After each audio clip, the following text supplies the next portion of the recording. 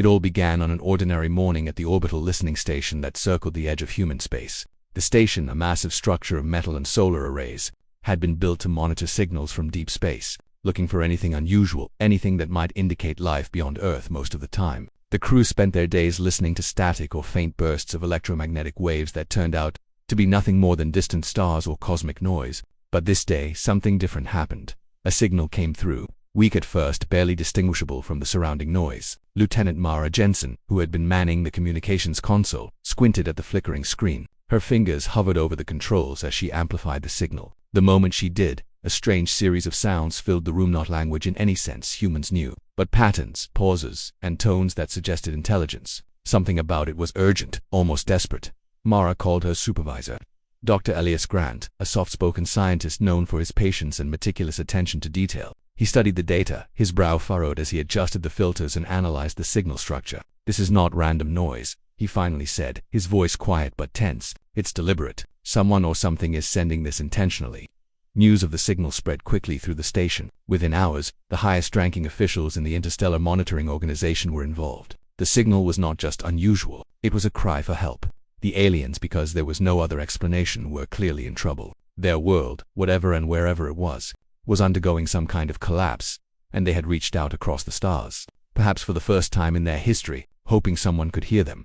Scientists and diplomats debated what this meant. Could humans even help? What did they risk by intervening? Some argued for caution. They had protocols in place for first contact, and part of those protocols was to observe before acting, to avoid influencing the development of another civilization too early. But the evidence was overwhelming. The signals were chaotic, almost panicked. Structures seemed to be failing on the alien world. Environmental readings inferred from their transmissions hinted at rapid temperature swings and atmospheric instability. It was a disaster, and they were helpless against it. Meanwhile, the station staff worked tirelessly to decode more of the signal. Each burst of alien sound was analyzed, compared, and translated as best as human technology could manage. The aliens' biology was revealed through these transmissions. They were delicate, fragile creatures whose bodies could not survive extremes of temperature, air pressure, or exposure to common chemicals that humans considered harmless. It became clear why they were desperate. What humans might call a storm or a minor earthquake could be catastrophic for them. Lieutenant Mara watched the patterns on her screen, trying to imagine the world on the other end. She thought about the messages more than just signals. It was a story of fear and urgency, a life or death plea from beings who had never faced such danger before. Despite the scientific detachment required of her job, she felt a personal tug. She had survived disasters on Earth herself, floods in her home country, power outages during storms, and the occasional near accidents in urban life, but nothing like what these aliens were experiencing. And yet, here they were, sending signals across unimaginable distances, hoping someone would respond. In the background, debates raged on Earth. Governments argued over jurisdiction and authority. Diplomats weighed the risk of first contact, and scientists argued about whether intervention was even possible. Some were skeptical. "We don't even know their physiology fully. What if our help kills them?" they cautioned. Others pointed out that waiting could mean death for the alien civilization. Time was not on their side. Signals indicated that their crisis was immediate and worsening. The aliens' communication style was unlike anything humans had encountered. It was not just sound. It seemed to encode emotion, context, and urgency in layers. Scientists began to theorize that their language had evolved in a stable, protective environment, one without storms, natural disasters, or sudden changes. To these beings, even a moderate change in conditions could be catastrophic. Humans, by contrast, had evolved on a world of extremes, where survival required adaptation, resilience, and sometimes sheer stubbornness. It was one of the first lessons humans learned about other civilizations. Different worlds produced different strengths and weaknesses. That as the hours turned into days, the station sent repeated replies, trying to reassure the aliens that humans had heard them and were studying their situation. There was no response at first, only static and broken transmissions. But eventually, the signals seemed to acknowledge human presence. The aliens' tone shifted from panic to cautious hope, like a child recognizing a stranger offering help. This small change was enough to convince the decision-makers that action was necessary. By the end of the first week, a plan began to take shape. It would not be a simple rescue. It would require careful coordination, specialized teams, and technology adapted to work in environments hostile to humans and deadly to the aliens. Discussions turned to the practicalities of travel, equipment, and medical care. Every choice had consequences, not just for the humans, but for the fragile lives they aimed to save.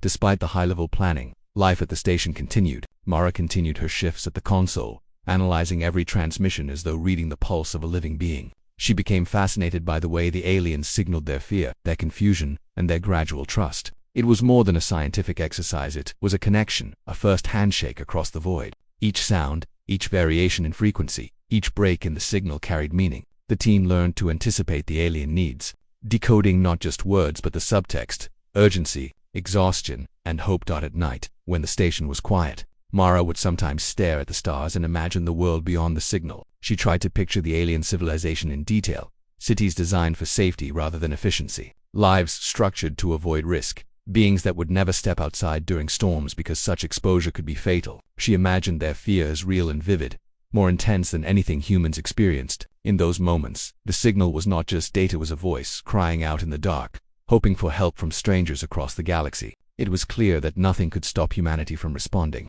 The evidence of disaster was undeniable, and moral responsibility outweighed caution. The crisis was no longer a distant theory. It was real, urgent, and immediate. Humans faced a choice: remain observers, bound by protocol and fear of the unknown, or step forward into danger to save lives they barely understood. The signal, raw and pleading, made the choice obvious for the crew of the station.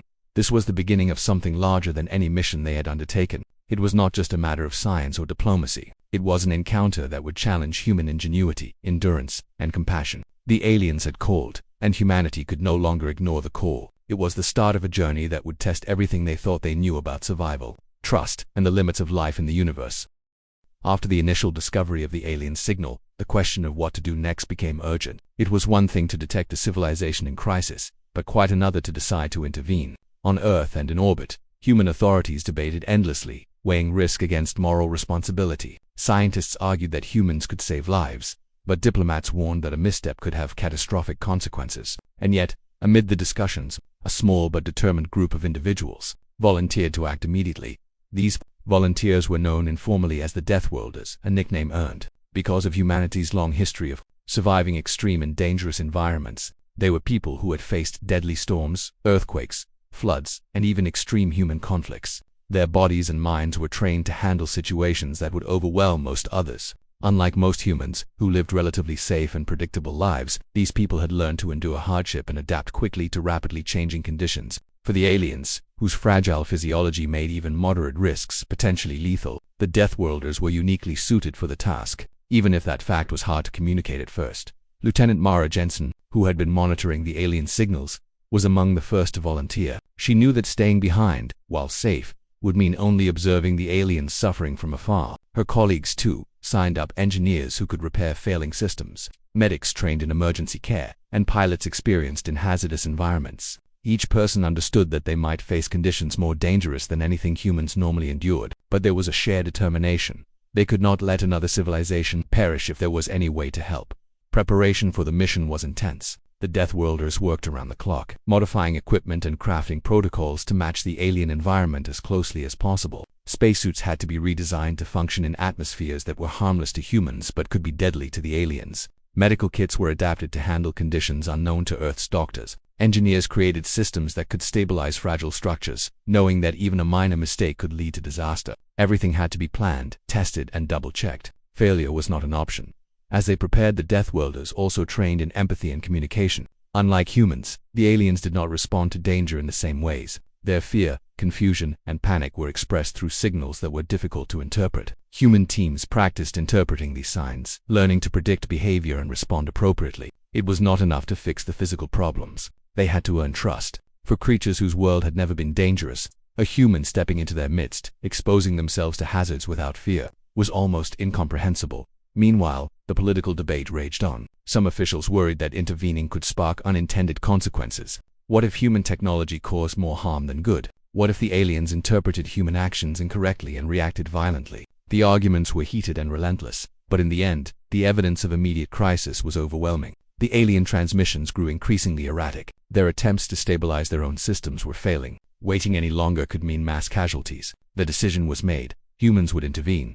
The team departed in a series of spacecraft, designed for long-range travel and precision landings. The journey itself was grueling. For weeks, the Deathworlders trained and prepared while traveling through the cold emptiness of space. Every system on the ship was monitored constantly, as even a minor malfunction could endanger the mission. Sleep was limited. Meals were simple, and every crew member was acutely aware that the mission could be their last. Despite this, morale remained high. The team was united by a shared sense of purpose and the growing hope that their actions could make a real difference as they approached the alien planet.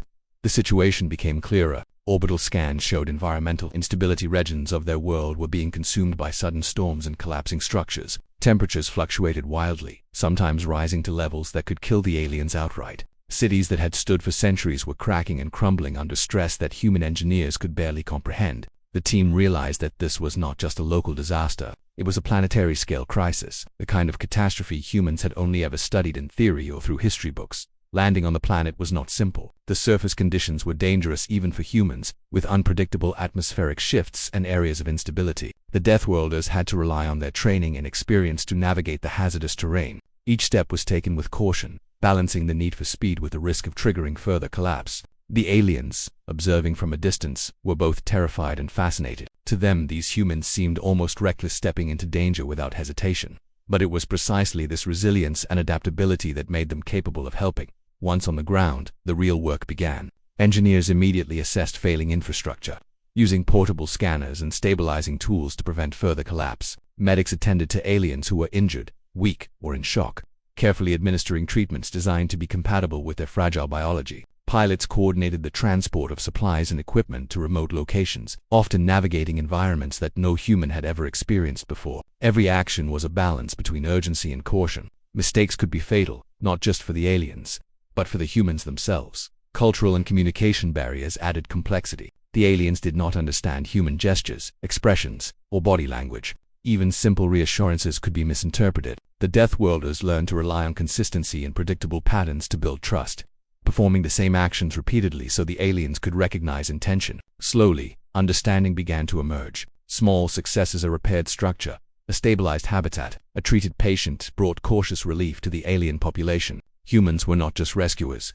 they were teachers, showing a level of adaptability and endurance that was astonishing to the aliens. The humans themselves faced physical and emotional challenges. Many were injured, exhausted, and stressed by the alien environment. Temperatures, gravity, and atmospheric conditions pushed them beyond normal limits. Yet the shared sense of purpose kept them going. They reminded each other why they had volunteered, why they had trained for years to handle extreme danger. Each life saved, each system stabilized, reinforced their determination. They were no longer just observers. They were essential to the survival of an entire species. As days turned into weeks, the mission evolved from immediate disaster response to strategic coordination. The team began mapping the most vulnerable regions, predicting which areas would fail next, and prioritizing efforts. Human intuition and experience, honed by generations of surviving dangerous environments on Earth, became a crucial advantage. The aliens, in turn, began to learn from observation, understanding the value of preparation, adaptation, and calculated risk. A subtle cultural exchange was taking place, born not of conversation, but of shared survival.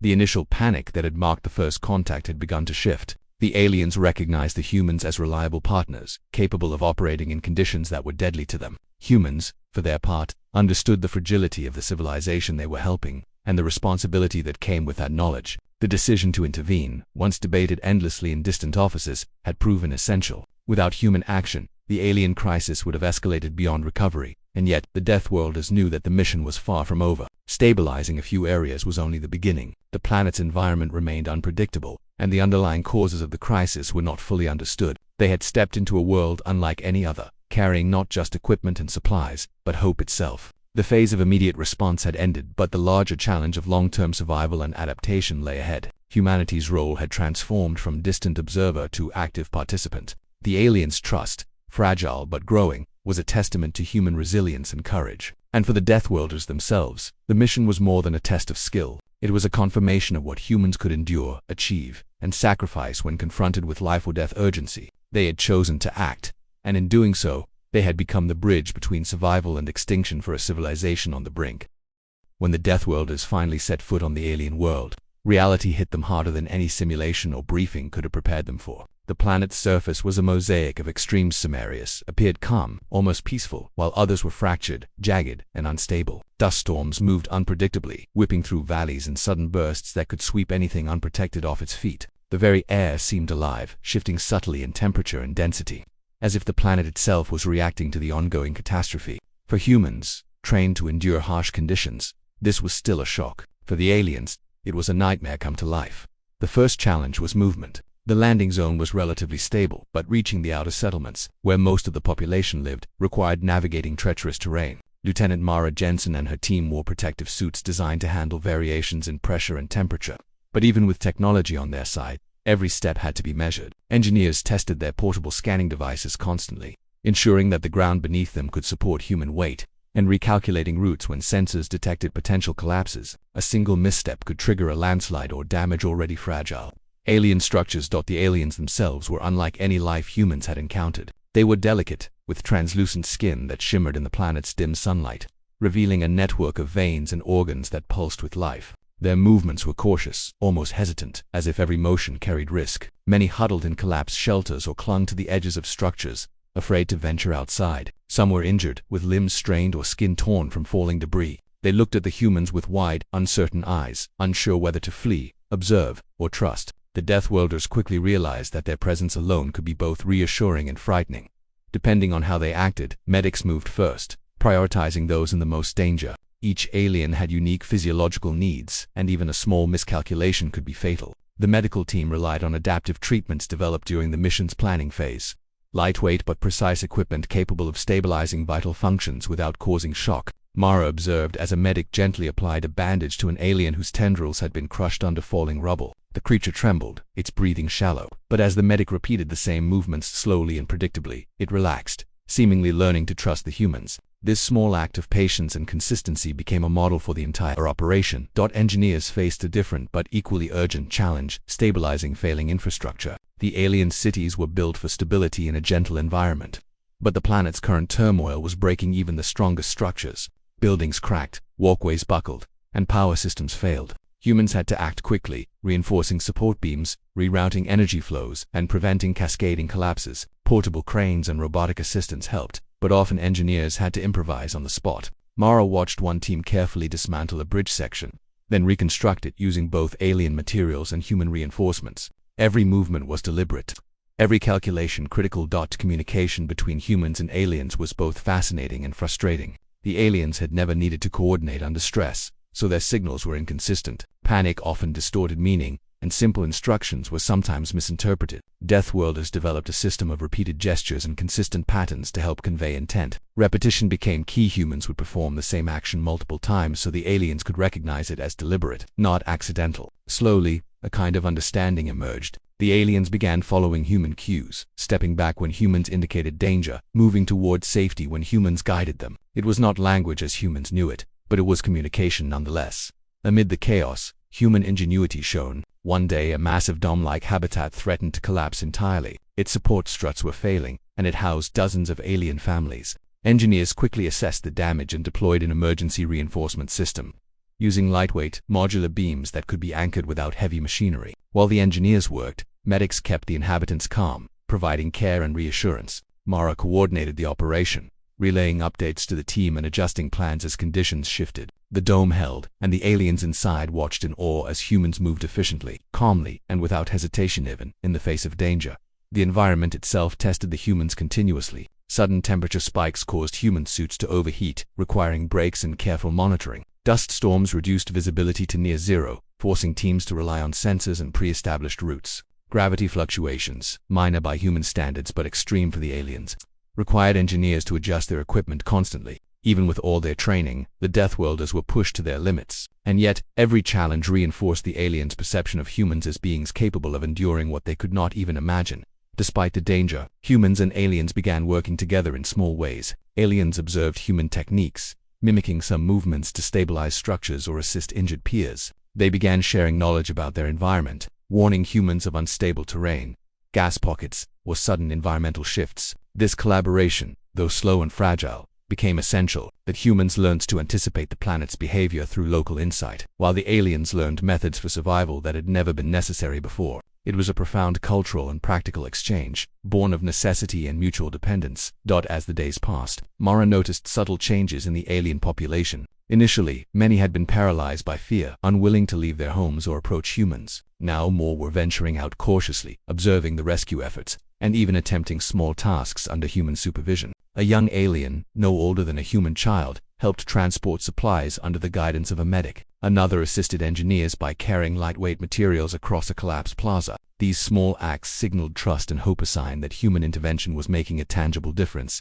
The physical toll on humans, however, was undeniable. Long hours, constant vigilance, and exposure to the alien environment led to fatigue, dehydration, and strain. Mara herself felt the cumulative effects: aching muscles, blurred vision from dust, and the mental weight of life or death responsibility. But every time she saw an alien smile, or what she interpreted as a smile, her exhaustion felt momentarily worth it. Every small life saved reinforced the importance of their mission. The humans were not just providing aid. They were offering the alien civilization a chance to survive, perhaps even thrive. Challenges continued to escalate. One day, a sudden quake shook a district where hundreds of aliens lived. Buildings cracked, walkways fractured, and panic spread. Mara's team sprang into action. Engineers reinforced compromised structures while medics evacuated the injured. Humans and aliens worked side by side, guided by necessity and an emerging understanding of each other's abilities. In the chaos, Mara realized something profound. Humans were not fearless, but they were resilient. Their strength lay not in invincibility, but in the ability to act decisively, to endure pain, and to adapt quickly under pressure. The Deathworlders had not only stabilized key areas, but they had also transformed the alien perception of humanity. What had once seemed reckless, incomprehensible, or even terrifying now appeared as disciplined, courageous, and reliable. The aliens began to see humans as more than outsiders. They were allies, capable of survival in ways the aliens had never imagined. For the humans, the experience was humbling. They witnessed firsthand the fragility of life in a world that had been designed for safety, and the extraordinary courage of a species struggling to survive under conditions they had never prepared for. Yet, even as victories accumulated, the team knew the crisis was far from over. The planet's instability was ongoing, and the alien society remained vulnerable. Every success was temporary, a small step in a much larger journey. Mara and her team had learned the importance of patience, coordination, and empathy. They had also learned that understanding another species went beyond technology. It required observation, respect, and a willingness to adapt. Survival depended not just on strength or technology, but on cooperation, trust, and the courage to face danger together. The Deathworlders were no longer just rescuers. They were teachers, partners, and symbols of resilience. And for the aliens, the humans' presence was a revelation, showing that life could endure, even in the harshest conditions imaginable. By the time the Deathworlders had stabilized several key areas of the alien cities, a deeper challenge began to emerge: the cultural shock and the complex emotions of both humans and aliens. The initial panic had subsided, but the aftermath of the disasters left lasting impressions on the alien population. Their trust in humans had grown, but it was still fragile, and misunderstandings could undo weeks of progress. Mara Jensen and her team realized that their work was no longer just technical, but had become deeply human in a way they had not anticipated. They had to navigate not only physical dangers but also the fragile emotions and perceptions of a species utterly unlike themselves. The aliens' reactions to human presence were mixed. Many watched in awe as humans performed feats of endurance that the aliens could not even imagine. Humans moved confidently through collapsing streets, climbed over unstable structures, and worked through extreme weather with a calm determination that seemed unnatural. To the aliens, these actions were both impressive and incomprehensible. Some approached cautiously, trying to mimic human actions in small ways, while others remained hidden, fearful that the humans might inadvertently harm them. The humans' resilience became a living lesson, showing the aliens how life could endure despite overwhelming challenges. At the same time, the humans themselves were experiencing cultural shock. The planet was not just physically dangerous, it was mentally and emotionally exhausting. The alien responses to crises were different, sometimes unpredictable, and often alarming. Where humans might panic, the aliens could freeze. Where humans would act decisively, aliens hesitated. The Deathworlders had to adjust their instincts constantly, learning to anticipate reactions that did not follow any logic familiar to Earth. Mara realized that understanding this alien behavior required patience, empathy, and a willingness to set aside assumptions about intelligence, emotion, and survival instincts. One particularly striking incident illustrated the depth of these differences. A small settlement was partially flooded after a sudden shift in underground water channels. Humans immediately saw the need to evacuate the aliens to higher ground. They worked methodically, carrying individuals and guiding families. But the aliens' first instinct was not to flee. They tried to save possessions, move animals, and secure delicate structures. To the humans, it seemed illogical, almost reckless. To the aliens, abandoning their homes and routines was unthinkable. Mara and her team had to adapt quickly, balancing their urgency with careful guidance, teaching the aliens a new approach to crisis management without breaking their trust. The process of learning went both ways. Aliens began teaching humans about subtle cues in their environment that humans could not detect without experience. Slight shifts in color, temperature or vibration warned of imminent collapse or dangerous weather. These lessons saved lives and increased the efficiency of rescue operations. Humans began to realize that the aliens' world, though fragile, had its own logic and order. By respecting that logic, they could work more effectively and minimize risk to both themselves and the aliens. This mutual learning became essential for survival. Emotional bonds began to form. Humans and aliens developed a kind of nonverbal communication through repeated patterns, shared routines, and acts of care. A medic treating an injured alien would use consistent movements to signal safety. Engineers reinforcing structures, repeated steps in predictable ways so the aliens could follow and assist. Gradually, the aliens began participating actively in the rescue efforts. Children and young adults carried supplies, elders shared knowledge about unstable areas, and even those who had once hidden in fear contributed small but meaningful acts. This collaboration became a symbol of resilience for the entire planet. Despite these positive developments, the psychological toll on humans remained high. Long days, constant danger, and the pressure of being the only hope for a species pushed many to their limits. Mara felt the strain personally, battling fatigue, stress, and the constant awareness that mistakes could be fatal. Yet every time an alien life was saved or a structure stabilized, a surge of purpose renewed her resolve. The humans were not invincible, but their determination and adaptability proved that endurance could sometimes be more powerful than strength. Humans also began to notice the long-term effects of the disaster on the alien society. Social structures had fractured under the stress of the crisis. Communities that had once functioned harmoniously now experienced tension, fear, and occasional conflict. Resources were scarce, and some individuals struggled to adapt to the new methods introduced by humans. Mara and her team had to mediate disputes, provide guidance, and encourage cooperation. This role was unexpected but crucial. Technical solutions alone could not restore stability. Emotional and social recovery was as important as physical repair. An important turning point occurred when a particularly vulnerable district faced a simultaneous threat, a minor quake coinciding with a dust storm. The humans had to coordinate a rapid evacuation while also shoring up key structures to prevent total collapse. Aliens, guided by human instruction, participated actively for the first time in such a high-risk operation. The scene was tense, chaotic, and exhausting, but ultimately successful. When the last alien was safely relocated, both species experienced a moment of collective relief. It was not just a victory over environmental danger, but a demonstration of what cooperation and trust could achieve. Through these experiences, Mara and her team realized that the mission's success depended on more than technology and skill. It required understanding the alien perspective, anticipating emotional reactions, and creating strategies that combined human experience with alien insight. The humans' presence became a stabilizing force, not just because of their actions, but because of their willingness to listen, adapt, and respect the fragile culture they had entered. The aliens, in turn, began to internalize new strategies for survival and resilience, slowly reshaping their approach to crisis management. The relationship between the two species had transformed significantly. Humans were no longer seen as outsiders performing miraculous feats. They were collaborators, guides, and symbols of endurance. Aliens had begun to trust them, not blindly, but cautiously, and they had started adopting methods and behaviors that would help prevent future disasters. Mara and her team recognized that the work was far from over, but they had achieved a crucial milestone: mutual understanding. The humans had taught resilience, adaptability, and courage, while the aliens had taught observation, caution, and subtle environmental awareness. This period also left a lasting impression on the human team. They had entered the alien world expecting to act as rescuers, but they left with a deeper appreciation for the complexity and fragility of life in unfamiliar conditions. Every success and failure reinforced the lesson that survival depended not just on skill, but on empathy, collaboration, and respect for a world not their own. Mara realized that these experiences would change her forever, shaping how she approached not only this mission, but any future encounters with life beyond Earth.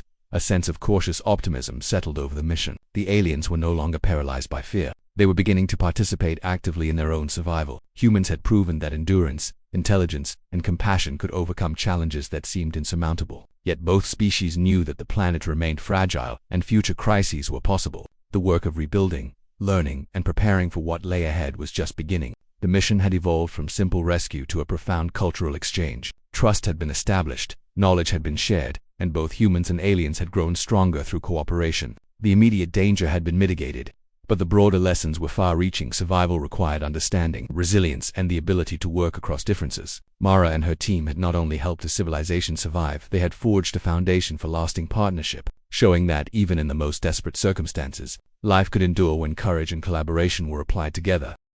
After weeks of intense work, the Deathworlders began preparing to leave the alien planet. The immediate crisis had been mitigated, and the aliens' environment was stabilizing, at least temporarily. Structures had been reinforced, medical care had been administered, and many areas of the population were no longer in immediate danger. But leaving was not easy. For the humans, departure meant stepping away from a civilization they had fought so hard to protect. For the aliens, it meant saying goodbye to beings who had become trusted allies, almost family. The phase of intervention had ended, but the consequences of the mission were only beginning to reveal themselves. Mara Jensen and her team had grown deeply attached to the alien world and its inhabitants.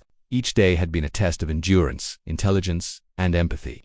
And the bond between the two species had strengthened through shared struggle. Watching the aliens begin to work independently, using the techniques and strategies the humans had taught, brought a mixture of pride and relief. It was clear that the mission had not only saved lives, but it also created the conditions for long-term survival. The humans had not imposed solutions. They had shared knowledge, fostered cooperation, and shown resilience in the face of unimaginable challenges. The aliens, in turn, were transformed by the human presence. Before the arrival of the Deathworlders, their society had been fragile and unprepared for disaster. Now they had experienced firsthand the benefits of adaptability, teamwork, and courage. Many began taking initiative in ways they had never attempted before, repairing damaged structures, organizing rescue teams, and anticipating environmental threats. They were no longer passive victims of circumstance. They had become active participants in their own survival. This shift in mentality was perhaps the most significant outcome of the mission, though it was subtle and gradual. That as humans prepared to depart, there were ceremonies and expressions of gratitude, small but meaningful gestures that transcended language.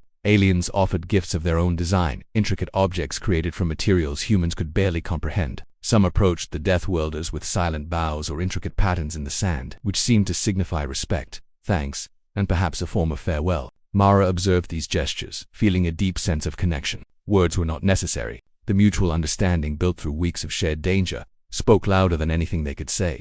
Even as the aliens celebrated the return of stability, both species were acutely aware that challenges remained. The planet was still fragile, and environmental threats could return. The humans' presence had not magically solved all problems. It had provided tools, guidance, and hope, but survival still depended on vigilance, adaptation, and continued cooperation. Mara reflected on this as she watched alien engineers reinforce a partially collapsed aqueduct. Every step they took was now informed by knowledge humans had shared, and every action was a testament to resilience and learning. The cycle of teaching and adaptation was ongoing.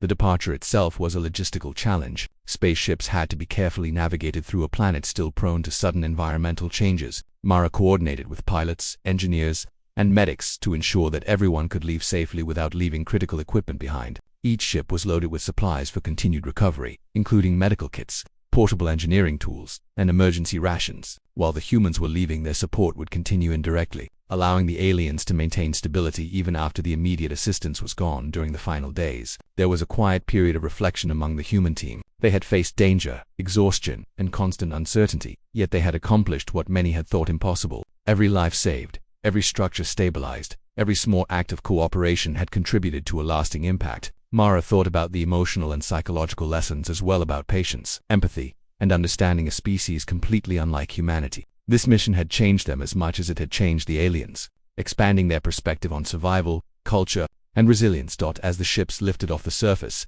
Mara took a moment to look down at the alien cities one last time. From above, the world looked both fragile and beautiful, a planet shaped by a delicate environmental balance. Now slowly regaining stability through the combined efforts of two species, she noticed small groups of aliens continuing to reinforce structures, children assisting elders, and teams moving with coordinated purpose. It was a sight that filled her with both hope and humility. Humans had played a crucial role, but the aliens were the ones who would carry the lessons forward, ensuring the long-term survival of their society. Once in orbit, communication with Earth resumed fully. Reports of the mission spread quickly, though the human teams themselves did not receive grand accolades. The focus remained on the aliens and their recovery. Scientists, engineers, and diplomats on Earth pored over the data, analyzing what had worked, what could be improved, and how similar interventions might be conducted in the future. The mission became a case study not just in disaster response, but in interspecies collaboration and the ethics of first contact. Humanity's resilience had been demonstrated, but so had its ability to act responsibly, with patience and empathy. The aliens, through signals and messages, began to share what they had learned from the humans. Even subtle lessons, such as how to reinforce a building against shifting terrain or how to anticipate environmental changes, were documented and transmitted. Mara marveled at the precision and care with which the aliens recorded these insights. It was as if the experience had sparked not just survival instincts, but a desire to learn, adapt, and improve their society. The humans' work had inspired a long-term transformation in alien thinking, shift from reactive survival to proactive preparation.